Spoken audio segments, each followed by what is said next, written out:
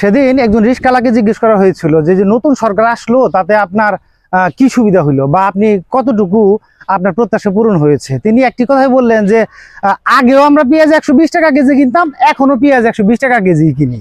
তার মানে এই নতুন সরকার আসার আমলে আমাদের যে দ্রব্যমূল্যের মানে নিম্নগতি সেটি কিন্তু হয়নি। শুধু একটি বিষয় হয়েছে যে আমরা স্বাধীনভাবে এখন কথা বলতে পারি, আর অন্য কোনো উন্নয়ন পাইনি।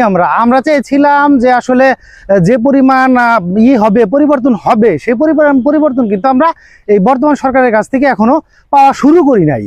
তো শুরুটা হবে নতুন বাংলাদেশ গড়ব, নতুন বাংলাদেশে গড়ার ফলে বা আমরা এই যে আন্দোলনের সময় যে সমস্ত গ্রাফিতি দেখেছি, সেই সমস্ত গ্রাফিতি বা যে সমস্ত ব্যানারে যে সমস্ত লেখা দেখেছি, তো সেই লেখাগুলোর বাস্তবায়ন কিন্তু আসতে হবে। প্রশাসনে গতিশীলতা আসতে হবে, দুর্নীতি দূর হতে হবে।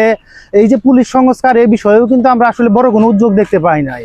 আমরা জানি 60 দিন হলে কোনো একজন কর্মচারীকে ডিজার্শন দেখানো যায় বা পলায়ন দেখানো যায়। পলায়ন দেখিয়ে কিন্তু তাদের চাকরি করা যায়, তাদেরকে বরখাস্ত করা যায়। তো এই যে ব্যাপারগুলো বা বড় কোনো নিয়োগ দেখছি না যে পুলিশে খুব বড় একটা নিয়োগ হচ্ছে দেশের আইন শৃঙ্খলা পরিস্থিতি রক্ষার জন্য, অথবা আমরা দেখছি না যে মানে খুব বড় ধরনের কোনো পরিবর্তন বাজার মনিটরিং এমন ভাবে হচ্ছে না। আগেও দেখেছি আগের সরকার একটা বিবৃতি দিয়ে দ্রব্যমূল্য নির্ধারণ করে দিয়েছে, এখনকার সরকারও কিছুদিন আগে দেখলাম ডিম বা এগুলোর দ্রব্যমূল্য নির্ধারণ করে দিল, কিন্তু সেটির বাস্তবায়ন কিন্তু আসলে মাঠে দেখা যায়নি।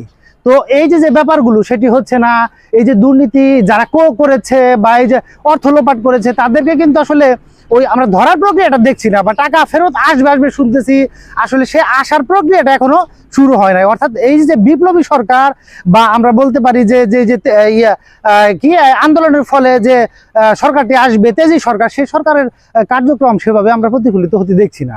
এটি আসলে সাধারণ মানুষের ভাষ্য, এটি হচ্ছে মানুষের প্রত্যাশা। অর্থাৎ যে সমস্ত প্রত্যাশাগুলো মানুষের মধ্যে আছে সেগুলো কিন্তু আমরা পূর্ণ হতে দেখছি না। তো আপনার মতামত আপনি ব্যক্ত করুন, ভিডিও কমেন্ট সেকশনে চাইলে মন্তব্য দিতে পারেন যে আপনি আসলে কি প্রত্যাশা করেছিলেন এই সরকারের কাছে। ধন্যবাদ।